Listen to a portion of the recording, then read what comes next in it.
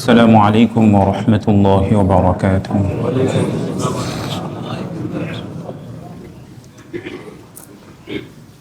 الحمد لله رب العالمين، والعاقبة للمتقين، والصلاة والسلام على سيد المرسلين وعلى آله وأصحابه أجمعين. أما بعد، فقد قال الله تعالى في القرآن الكريم: أعوذ بالله من الشيطان الرجيم، بسم الله الرحمن الرحيم. يا بني آدم خذوا زينتكم عند كل مسجد وكلوا واشربوا ولا تسرفوا إنه لا يحب المسرفين. وقال تعالى أيضا: ولا تجعل يدك مغلولة إلى عنقك ولا تبسطها كل البسط فتقعد ملوما محسورا. وقال رسول الله صلى الله عليه وسلم: إن الله كره لكم ثلاثا، قيل وقال: وإضاعة المال وكثرة السؤال، أو كما قال عليه الصلاة والسلام. وقال الله تعالى في شان حبيبه: إن الله وملائكته يصلون على النبي يا أيها الذين آمنوا صلوا عليه وسلموا تسليما. اللهم صل على محمد وعلى آل محمد كما صليت على إبراهيم وعلى آل إبراهيم إنك حميد مجيد. اللهم بارك على محمد وعلى آل محمد كما باركت على إبراهيم وعلى آل إبراهيم إنك حميد مجيد. আলহামদুলিল্লাহ, শুরুতেই সেই মহান আল্লাহ তাআলার কৃতজ্ঞতা জ্ঞাপন করছি, শুকরিয়া প্রকাশ করছি যে মহান আল্লাহ তাআলা আমাদেরকে ঈমানের মতো মহা দৌলত দিয়ে সম্মানিত করেছেন। এই জন্য আমরা মহান আল্লাহ তাআলার কৃতজ্ঞতা জ্ঞাপন করি, আলহামদুলিল্লাহ।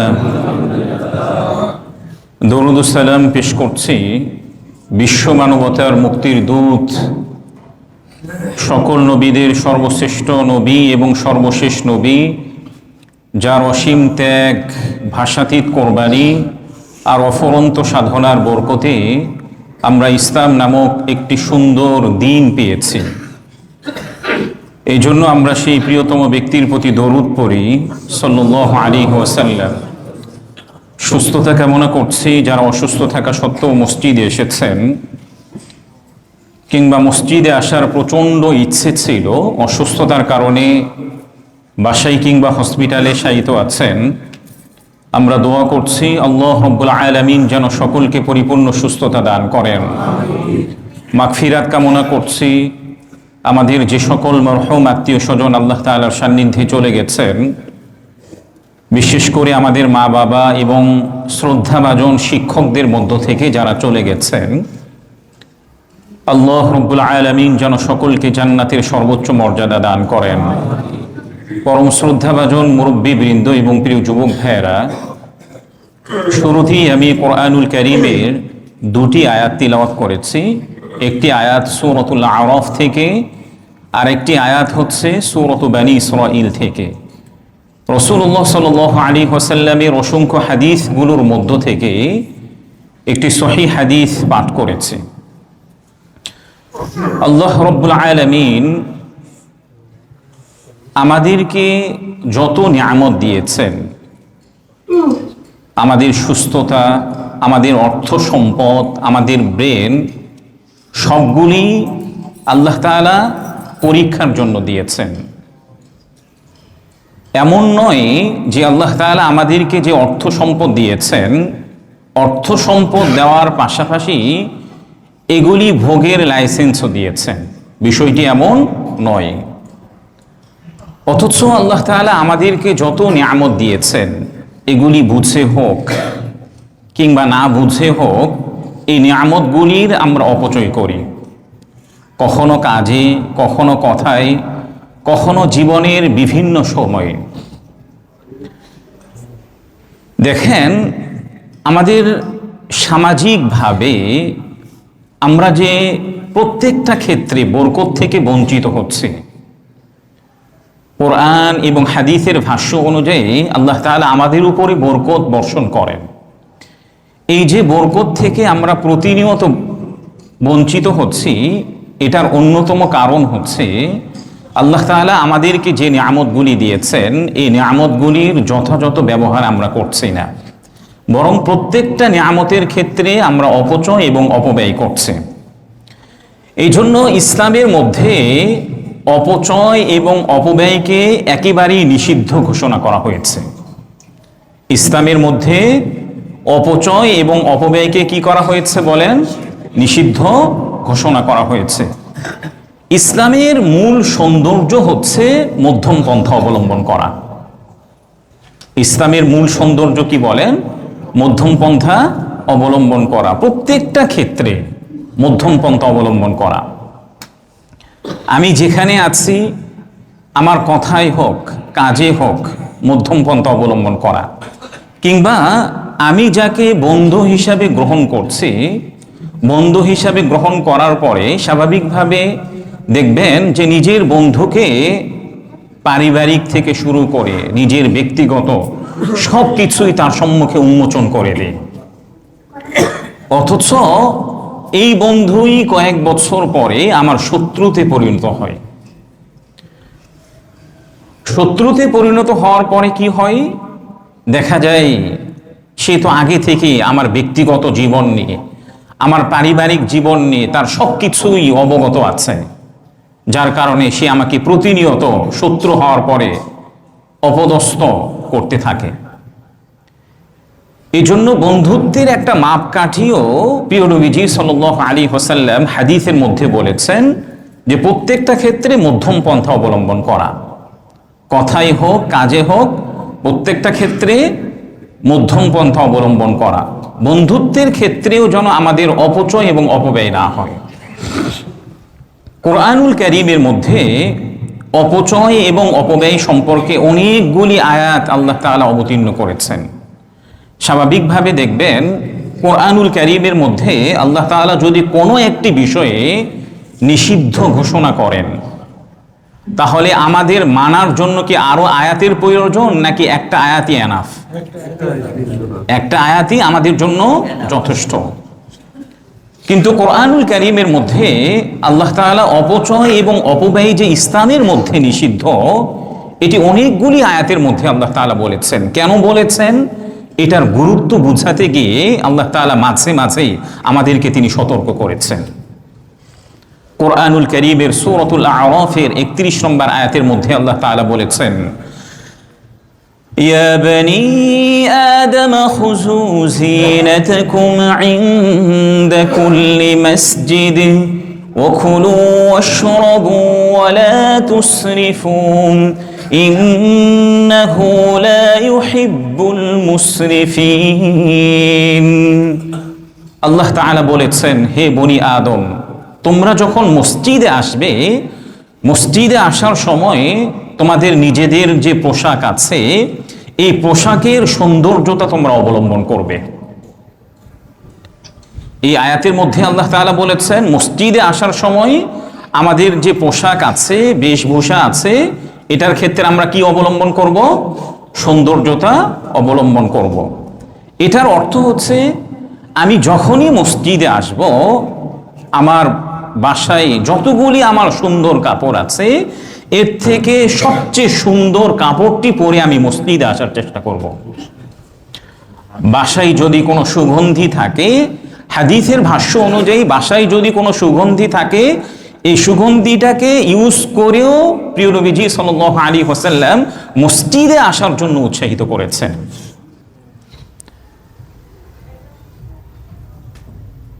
আল্লাহ তাআলা তো নিজেই গুরুত্ব দিয়েছেন, পাশাপাশি প্রিয় নবীজি সাল্লাল্লাহু আলাইহি ওয়াসাল্লাম মসজিদে আসার সময় সুন্দর পোশাক পরিধান করা এবং মসজিদে আসার সময় সুগন্ধি ব্যবহার করতে প্রিয় নবীজি উৎসাহিত করেছেন। এরপরে আল্লাহ তাআলা বলেছেন, ওকুলু ওয়াশরাবু, তোমরা খাও এবং পান করো, ওয়ালা তুসরিফু, খাও পান করো কিন্তু অপচয় করো না। ইন্নাহু লা ইউহিব্বুল মুসরিফিন, নিশ্চয়ই যারা অপচয়কারী আল্লাহ তাআলা তাদেরকে ভালোবাসেন না। যারা অপচয়কারী আছেন আল্লাহ তাআলা তাদেরকে ভালোবাসেন না। স্বাভাবিকভাবে আল্লাহ রব্বুল আলামিন যদি আমাকে ভালো না বাসেন তাহলে এই জীবনের সার্থকতাটা কোথায়? যে কাজটি করলে প্রকৃতপক্ষে আমার সৃষ্টিকর্তা, আমার রব, আমার রিজিক দাতা রব্বে কারীম অসন্তুষ্ট হন, তাহলে সেই কাজটি আমি কেন করতে যাব? এই জন্য আল্লাহ তাআলা খাওয়ার অনুমতি দিয়েছেন, পান করার অনুমতি দিয়েছেন, কিন্তু খাওয়ার ক্ষেত্রে, পান করার ক্ষেত্রে কোনো ধরনের যেন কোনো অপচয় না হয়, এক্ষেত্রে আল্লাহ তাআলা সতর্ক করেছেন। যারা অপচয় করবে আল্লাহ তাআলা তাদেরকে কি করেন না? ভালোবাসেন না। সূরাতুল ফুরকানের ৬৭ নম্বর আয়াতের মধ্যে আল্লাহ তাআলা বলেছেন, والذين إذا أنفقوا لم يسرفوا ولم يقتروا وكان بين ذلك قواما। আল্লাহ তাআলা বলেছেন তারা যখন ব্যয় করে, এই ব্যয় করার ক্ষেত্রে তারা অপব্যয়ও করে না এবং কার্পণ্যতা প্রদর্শনও করে না, উভয়ের মধ্যবর্তী অবস্থান তারা গ্রহণ করে। এক তো হচ্ছে অপব্যয়ও যেন আমার থেকে না হয়, পাশাপাশি কার্পণ্যতাও যেন প্রদর্শন না হয়। অপব্যয় বলতে একেবারে অনেক খরচ করে ফেললাম, এরপরে হচ্ছে কার্পণ্যতা হচ্ছে কাউকে দিলামই না, নিজের সম্পদ সবকিছু নিজের মধ্যে সঞ্চিত করে রাখছি। এটার ক্ষেত্রেও আল্লাহ তাআলা কি করেছেন? নিষেধ করেছেন। এই আয়াতের মধ্যে আল্লাহ তাআলা উভয়ের মাঝামাঝি অবস্থা অবলম্বনের জন্য নির্দেশ দিয়েছেন। কোনো ব্যক্তি যদি অপচয় করেন, আল্লাহ তাআলা বলেছেন সে একটা পর্যায়ে গিয়ে নিঃশেষ হয়ে যাবে, অসহায় হয়ে যাবে, দরিদ্র হয়ে পড়বে। এই বিষয়টি আল্লাহ তাআলা সূরা বনী ইসরাঈলের ২৯ নম্বর আয়াতের মধ্যে আল্লাহ তাআলা বলেছেন, ওয়ালা তাজআল ইয়াদাকা মাগলুলাতান ইলা উনুকিক ওয়ালা তাবসুতহা কুল্লাল বাসতি ফাতাকউদ মালুমান মাহসুরা। আল্লাহ তাআলা বলেছেন তুমি তোমার হাতকে যেন তোমার ঘাড়ের মধ্যে আটকিয়ে রাখো না। এটার ব্যাখ্যা আমি বলছি, তাফসীর ইবনে কাসির এবং কুরতুবীর মধ্যে কি এসেছে এটার ব্যাখ্যা আমি পরে বলছি। এরপরে আল্লাহ তাআলা বলেছেন ওয়ালা তাবসুতহা, এবং হাতকে একেবারেই পুরোপুরি প্রসারিত করো না, বরং কি করবে? যদি এই উভয়টাই করো ফাতাকউদ মালুমান মাহসুরা, তাহলে তুমি সমাজের মধ্যে নিন্দিত হবে, নন্দিত হবে না এবং নিঃস্ব হয়ে পড়বে। দেখেন, আমি যদি আমার হাতকে পুরোপুরি আমার ঘাড়ের মধ্যে আটকে রাখি, তাফসীর ইবনে কাসিরের মধ্যে উল্লেখ করা হয়েছে হাতটাকে ঘাড়ের মধ্যে আটকিয়ে রাখার অর্থ হচ্ছে আল্লাহ তাআলা আমাকে যত ধরনের সম্পদ দিয়েছেন এই সম্পদ আমি কারো পিছনে ব্যয় করব না। আমার সম্পদ আমি যদি কোনো ধরনের কোনো দান সদকা না করি, এর অর্থ হচ্ছে আমি আমার হাতটাকে ঘাড়ের মধ্যে আটকে রাখলাম। যদি এটা করি, অর্থাৎ কার্পণ্যতা প্রদর্শন করি, তাহলে পুরো সমাজের মধ্যে আমি নিন্দিত হব, নন্দিত হব না। পুরো সমাজের লোকেরা আমাকে বলবে, আরে সে তো একটা কৃপণ, মসজিদে দান করে না, মাদ্রাসায় দান করে না, সামাজিক যে সকল অন্য জায়গায় কল্যাণমূলক খাত আছে এগুলোর কোনো ক্ষেত্রে সে ব্যয় করে না। তো একটা পর্যায়ে পুরো সমাজের মধ্যে সে কি হবে? নিন্দিত হবে, নন্দিত হবে না। কিন্তু দিতে গিয়ে যদি পরিবারের যত সম্পদ আছে, আমার সঞ্চিত যত সম্পদ আছে, সব সম্পদ দিয়ে দিলাম, তাহলে আবার কি হয়ে পড়ব? নিঃস্ব হয়ে পড়ব। এটার ক্ষেত্রেও আল্লাহ তাআলা কি করেছেন? নিষেধ করেছেন। অন্য একটি হাদিসের মধ্যে উল্লেখ করা হয়েছে, তুমি এতটুকু সম্পদ তুমি রেখে যাবে, তোমার সন্তানরা যেন অন্য কারো কাছে মুখাপেক্ষী না হয়। এই কথাটাও বলেছেন কে? প্রিয় নবীজি সাল্লাল্লাহু আলাইহি ওয়াসাল্লাম। এই জন্য সম্পদ ব্যবহারেরও কি আছে? একটা রুলস আছে। আল্লাহ তাআলা এই মূলনীতির আলোকে সম্পদগুলি ব্যয় করার জন্য তিনি নির্দেশনা দিয়েছেন। কোরআনুল কারীমে অপচয়কারীকে শয়তানের ভাই বলে আখ্যায়িত করা হয়েছে। এই আয়াতটি আমরা সকলেই জানি। কোরআনুল কারীমে যারা অপচয় করেন, অপব্যয় করেন, তাদেরকে কার ভাই বলে আখ্যায়িত করা হয়েছে? শয়তানের ভাই বলে আখ্যায়িত করা হয়েছে। আচ্ছা বলেন তো, যাদেরকে আল্লাহ তাআলা শয়তানের ভাই বলে আখ্যায়িত করেছেন, কেউ যদি সমাজের মধ্যে এরকম অপচয়কারী এবং অপব্যয়কারীকে নাম ধরে না ডেকে যদি শয়তানের ভাই বলে আখ্যায়িত করেন, তাহলে তার অবস্থাটা কেমন হবে? কারণ যারা অপচয় করেন, অপব্যয় করেন, তাদেরকে শয়তানের ভাই বলে আখ্যায়িত করেছেন কে? আল্লাহ তাআলা। কোরআনুল কারীমের সূরা বনী ইসরাঈলের 26 এবং 27 নম্বর আয়াতের মধ্যে আল্লাহ তাআলা বলেছেন, وآت ذا القربى حقه والمسكين وابن السبيل ولا تبذر تبذيرا إن المبذرين كانوا إخوان الشياطين وكان الشيطان لربه كفورا। এই দুটি আয়াতের মধ্যে আল্লাহ তাআলা বলেছেন, তোমাদের যত আত্মীয় আছে, আত্মীয়তার একটা হক আছে না? কথা বলেন, আত্মীয়দের একটা হক আছে না? স্বাভাবিকভাবে দেখবেন আমরা যে যেভাবেই পারি, হুজুর হোক আর খেজুর হোক, জেনারেল শিক্ষিত হোক কিংবা মাদ্রাসায় পড়ুয়া হোক, দেখবেন আত্মীয়দের হকটাকে কিভাবে তাদেরকে বঞ্চিত করে রাখা যায়, কিভাবে তাদেরকে না দিয়ে এটাকে ধামাচাপা দেওয়া যায়, এই চেষ্টাটা কিন্তু আমরা সবাই করি। কিসের কয়েকবার হজ করেছেন, মসজিদের ফার্স্ট কাতারে তিনি সালাত আদায় করেন, তারপরও দেখবেন বোনদের হক কিভাবে না দেওয়া যায়, ভাইদের হক কিভাবে না দেওয়া যায়, এই চেষ্টাটা কিন্তু আমরা করি। অথচ আপনি যদি আত্মীয়দের যে হক আছে, ভাই বোনদের যে হকটা আছে, এটা যদি আপনি না দেন, আপনি অনেক বড় হাজি হয়ে যাবেন।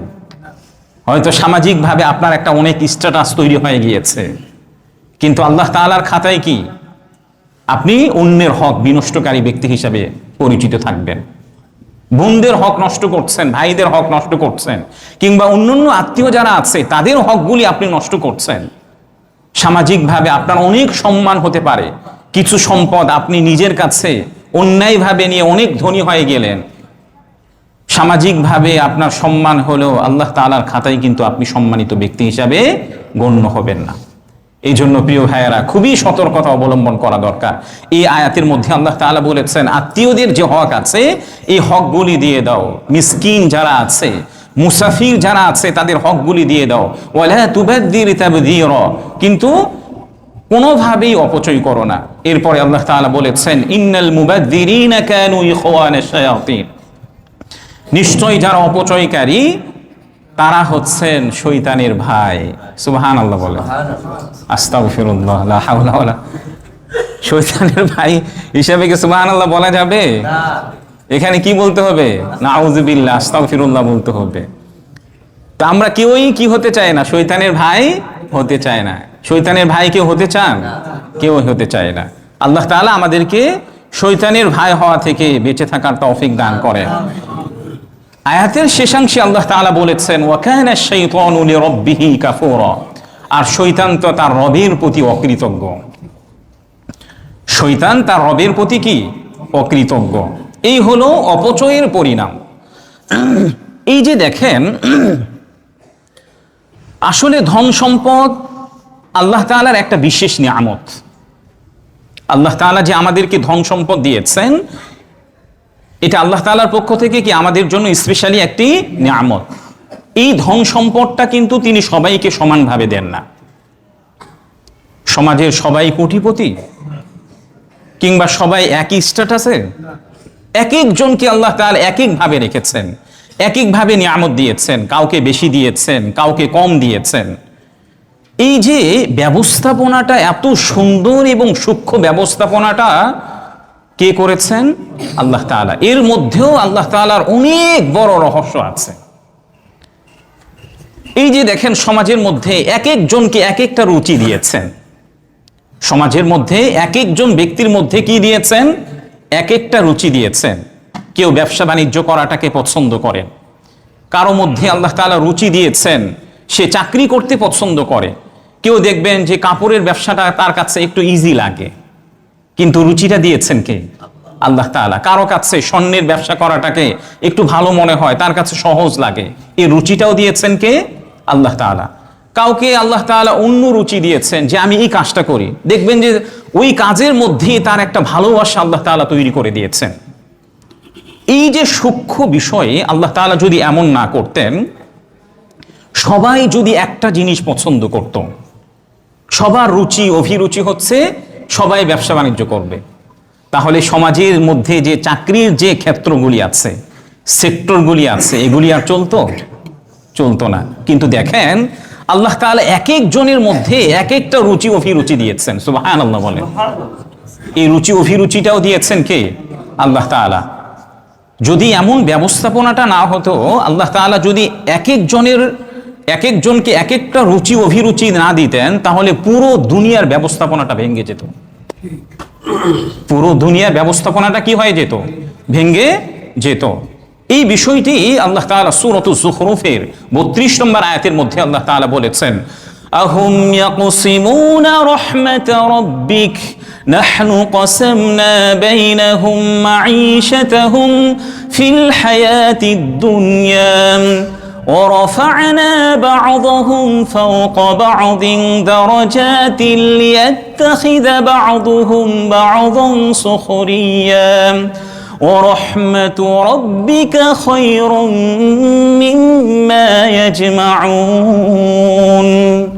আল্লাহ তাআলা বলেছেন, তারা কি তোমার রবের রহমতকে বন্টন করে, নাকি আমি নিজেই তাদের উপরে রহমত বন্টন করি? আল্লাহ তাআলা বলেছেন, ওয়ারাফা'না বা'দাহুম ফাওকা বা'দ, পুরো দুনিয়ার মধ্যে যত লোক আছে, একজনের উপরে আরেকজনের মর্যাদাটাকে আমি উন্নত করি। পুরো দুনিয়ার মধ্যে যত লোক আছে, একজনের উপর আরেকজনের মর্যাদাটাকে কি করেন? তিনি সমুন্নত করেন। এটা কেন? লিয়াত্তাখিযা বা'দুহুম বা'দান সুখরিয়া, যেন একজন আরেকজনকে নিজের অনুগত বানাতে পারে। এর মধ্যেও আল্লাহ তাআলার অনেক বড় রহস্য আছে, যে আল্লাহ তাআলা সবাইকে কেন কোটিপতি বানালেন না, সবাইকে কেন মিলিয়নার বিলিয়নার কেন আল্লাহ তাআলা বানালেন না? এর অন্যতম রহস্য হচ্ছে যেন একজন আরেকজনের অনুগত হিসাবে থাকতে পারে। যদি সবাই কোটিপতি হতো, সবাইকে আল্লাহ তাআলা সমান সম্পদ দিতেন, তাহলেও এই পুরো দুনিয়ার ব্যবস্থাপনাটা ভেঙে যেত। আমি নিজে কোটিপতি, সবাই কোটিপতি, তাহলে কে কার অনুগত করতো বলে? বাসার কাজকাম কি অন্য কেউ করে দিত?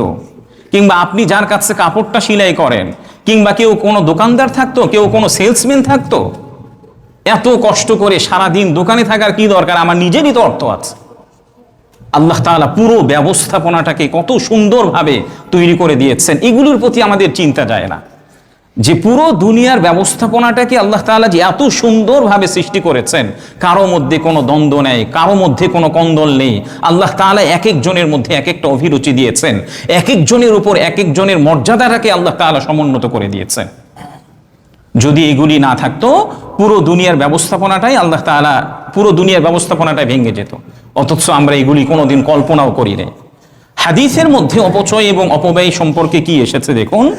সুনানু তিরমিজির 2416 নম্বর হাদিসের মধ্যে উল্লেখ করা হয়েছে, عن ابن مسعود رضي الله تعالى عنهما عن النبي صلى الله عليه وسلم قال لا تزول قدم ابن آدم يوم القيامة من عند ربه حتى يسأل عن خمس عن عمره فيما أفنى وعن شبابه فيما أبلى وماله من أين اكتسبه وفيما أنفقه وماذا عمل فيما علم হযরত আব্দুল্লাহ ইবনে মাসউদ রাদিয়াল্লাহু তাআলা আনহুম থেকে বর্ণিত প্রিয় নবীজি সাল্লাল্লাহু আলাইহি ওয়াসাল্লাম বলেছেন, কিয়ামতের দিন একজন ব্যক্তির পা ততক্ষণ পর্যন্ত আল্লাহ তাআলার কাছ থেকে সরবে না যতক্ষণ পর্যন্ত আল্লাহ রাব্বুল আলামিন তাকে 5টি প্রশ্ন না করবেন।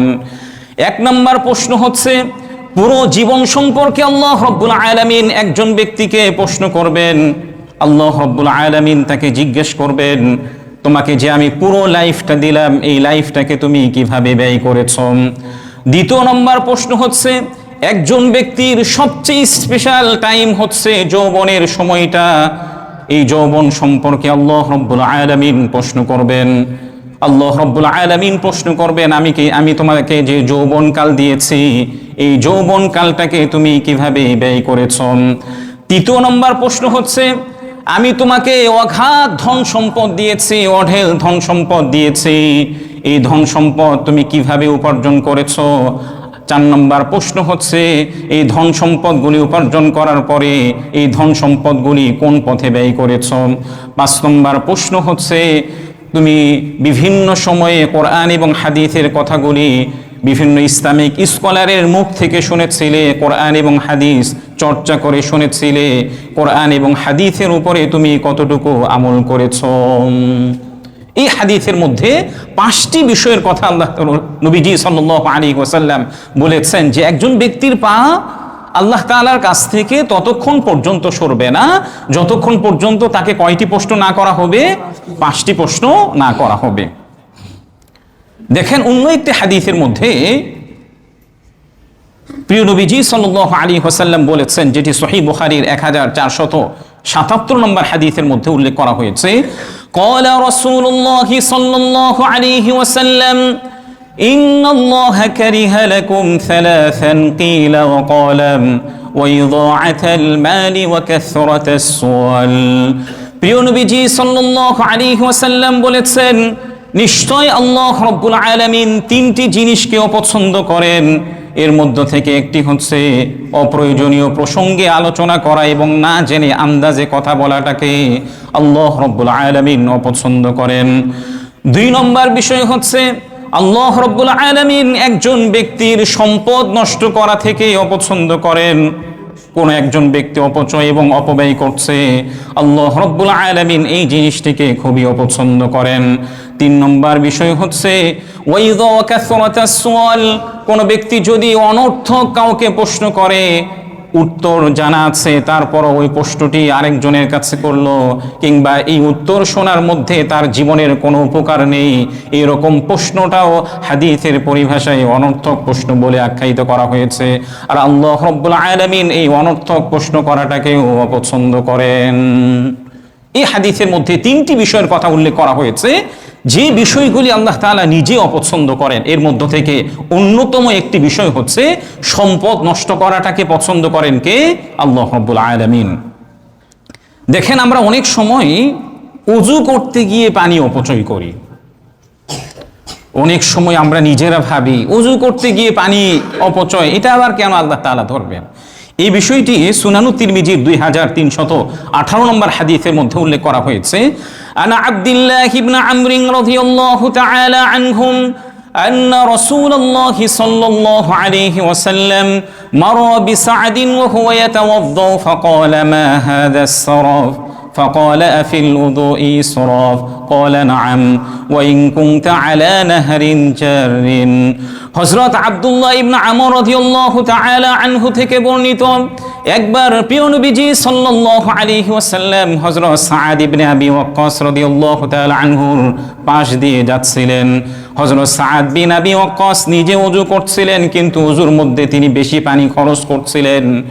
রাসূলুল্লাহ সাল্লাল্লাহু আলাইহি ওয়াসাল্লাম তার পাশ দিয়ে অতিক্রম করার সময় হযরত সাদ বিন আবি ওয়াক্কাসকে জিজ্ঞাসা করলেন, হে সাদ বিন আবি ওয়াক্কাস, তুমি ওযুতে কেন পানি অপচয় করছো?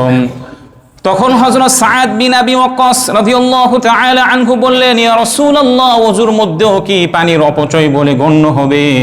তখন প্রিয় নবীজি সাল্লাল্লাহু আলাইহি ওয়াসাল্লাম বললেন, ওয়া ইন কুনতা আলা নাহারিন জারিন, তুমি যদি প্রবাহমান নদীতেও যদি ওযু করো আর ওযুর ক্ষেত্রে বেশি বেশি পানি তুমি ব্যবহার করো, এটাকেও হাদিসের পরিভাষায় অপচয় বলে গণ্য হবে। তাহলে এই হাদিসের মধ্যে প্রিয় নবীজি বলেছেন যে প্রবাহমান নদীতেও যদি আমি ওযু করি, এরপরও যদি অতিরিক্ত পানি খরচ করি, তাহলে এটাকে অপব্যয় এবং অপচয়কে বলেছেন প্রিয় নবীজি সাল্লাল্লাহু আলাইহি ওয়াসাল্লাম বলেছেন। আমাদের অনেক মুসল্লি আছেন, যতটুকু গোসল করতে পানি লাগে এর অতিরিক্ত আমি খরচ করছি।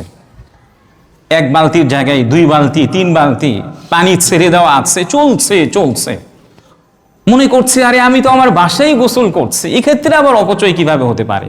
আমি তো নিজে বিল দিচ্ছি, বিদ্যুৎ বিল দিচ্ছি, মসজিদের ওযুখানায় এসেছেন, মেসওয়াক করছেন, এদিকে আপনার পানির টেপটা ছেড়ে দেওয়া আছে। মনেই করছি না যে এটাকে হাদিসের ভাষায় কি বলা হয়েছে? অপচয় এবং অপব্যয় বলা হয়েছে। এই জন্য এক্ষেত্রে আমাদের কি থাকা দরকার? সতর্কতা অবলম্বন করা দরকার। অপচয় দেখেন মূলত কয়েকভাবে হতে পারে। সবচেয়ে বড় অপচয় হচ্ছে সময়ের অপচয়। সবচেয়ে বড় অপচয় কি বলেন? সময়ের অপচয়। অকারণে ব্যস্ত থাকা। আমাকে আল্লাহ তাআলা এত সময় দিয়েছেন, আমি ফ্রি আছি, প্রতিনিয়ত কমপক্ষে আমি 8 আওয়ার্স হার্ড ওয়ার্ক করতে পারি, 8 ঘন্টা আমি প্রতিনিয়ত পরিশ্রম করতে পারি, কিন্তু প্রতিনিয়ত 8 ঘন্টা পরিশ্রম না করে বাসায় বসে আছি, দেখি একটু টিভিটা চালু করে দেখি কি আছে, ফেসবুকটা একটু স্ক্রলিং করে দেখি, কিংবা আরো যেগুলি বিষয় আছে, সোশ্যাল মিডিয়া আছে, অন্যের সাথে গল্পে লিপ্ত আছে। সবচেয়ে বড় অপচয় হচ্ছে সময়ের অপচয়। সময় যে আল্লাহ তাআলার একটা নিয়ামত, এটাকে আমরা ভাবিই না। এই সময়ের অপচয় করার কারণেও কি আল্লাহ তাআলার কাছে জবাবদিহি করতে হবে। 2 নম্বর হচ্ছে সম্পদের অপচয়। সম্পদের অপচয় আমরা তো প্রতিনিয়ত করি। সম্পদের অপচয় বলতে বাসায় আপনি শো অফের জন্য এমন কিছু জিনিস ক্রয় করে রাখলেন যেটা আপনার সারা বছর কোনো কাজে লাগে না, এটাও অপচয়ের মধ্যে অন্তর্ভুক্ত। আপনি এমন কিছু কাপড় ক্রয় করে রাখলেন যে সারা বছর আপনার কোনো প্রয়োজনে আসছে না। আপনি এমন কিছু গাড়ি ক্রয় করলেন যে গাড়ি সারা বছর কোনো কাজে আসছে না, এটাও হাদিসের পরিভাষায় অপচয় বলে গণ্য করা হয়েছে। আপনি যে রুমে নাই ওই রুমে আপনি লাইট জ্বালিয়ে রাখলেন, ফ্যান জ্বালিয়ে রাখলেন। আমাদের মুসল্লিদের মধ্য থেকে দেখবেন মসজিদে আসছেন, ইবাদত করবেন, ওই জায়গায় তিনি অপচয় করছেন। কিভাবে? এক একজন গরমের টাইমে দেখবেন এক একজন এক একটা ফ্যান চালু করে তিনি সালাত আদায় করেন। বিশেষ করে যে সকল নামাজের আগে কি আছে, সুন্নত নামাজগুলি আছে, এখানে একজন সুন্নত নিয়ত করেছেন, ওখানে আরেকজন সুন্নতি নিয়ত করেছেন। এটাও হাদিসের পরিভাষায় কি বলা হয়েছে? অপচয় করা হয়েছে।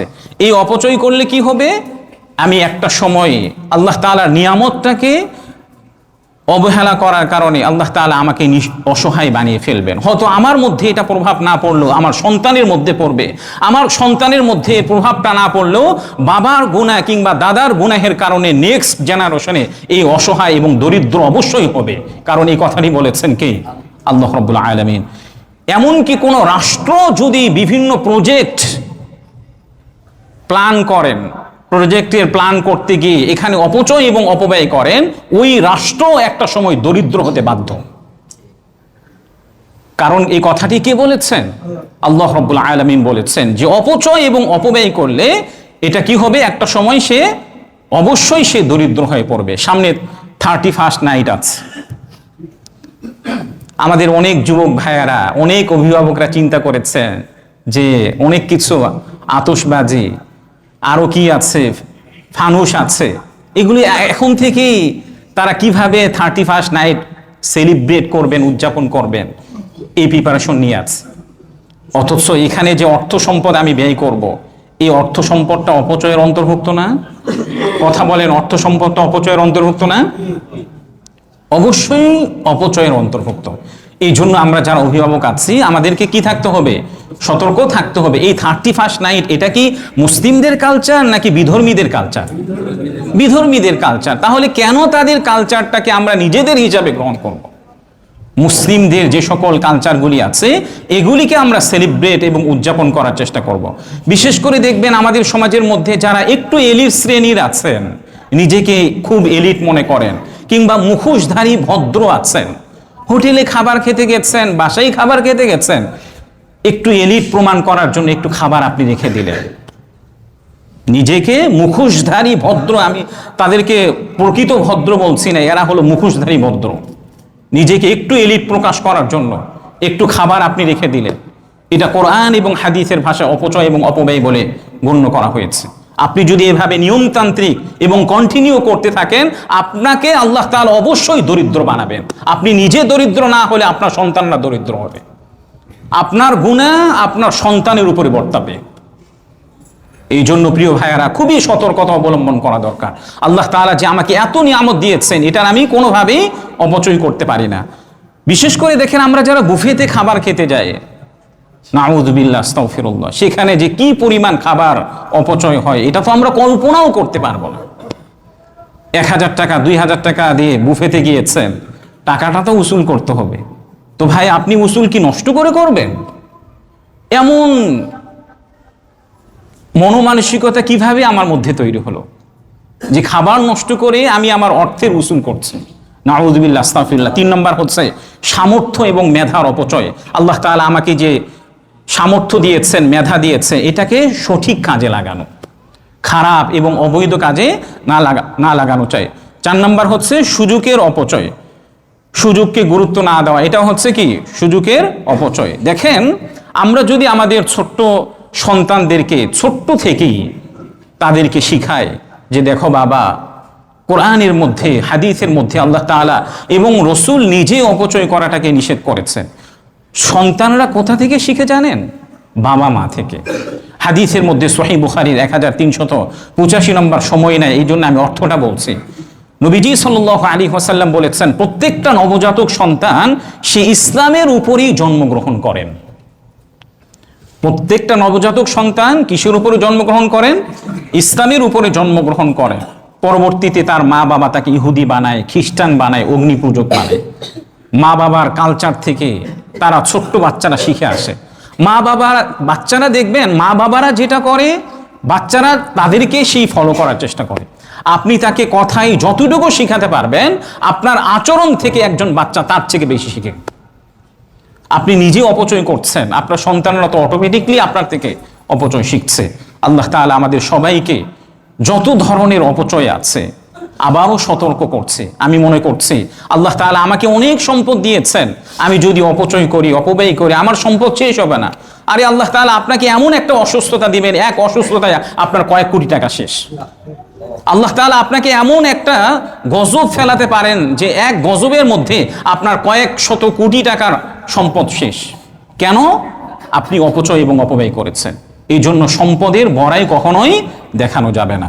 আল্লাহ তাআলা আমাদের সবাইকে সব ধরনের অপচয় এবং অপব্যয় থেকে বেঁচে থাকার তৌফিক দান করেন। ওয়া আখিরু দাওয়ানা আনিল হামদুলিল্লাহি রাব্বিল আলামিন।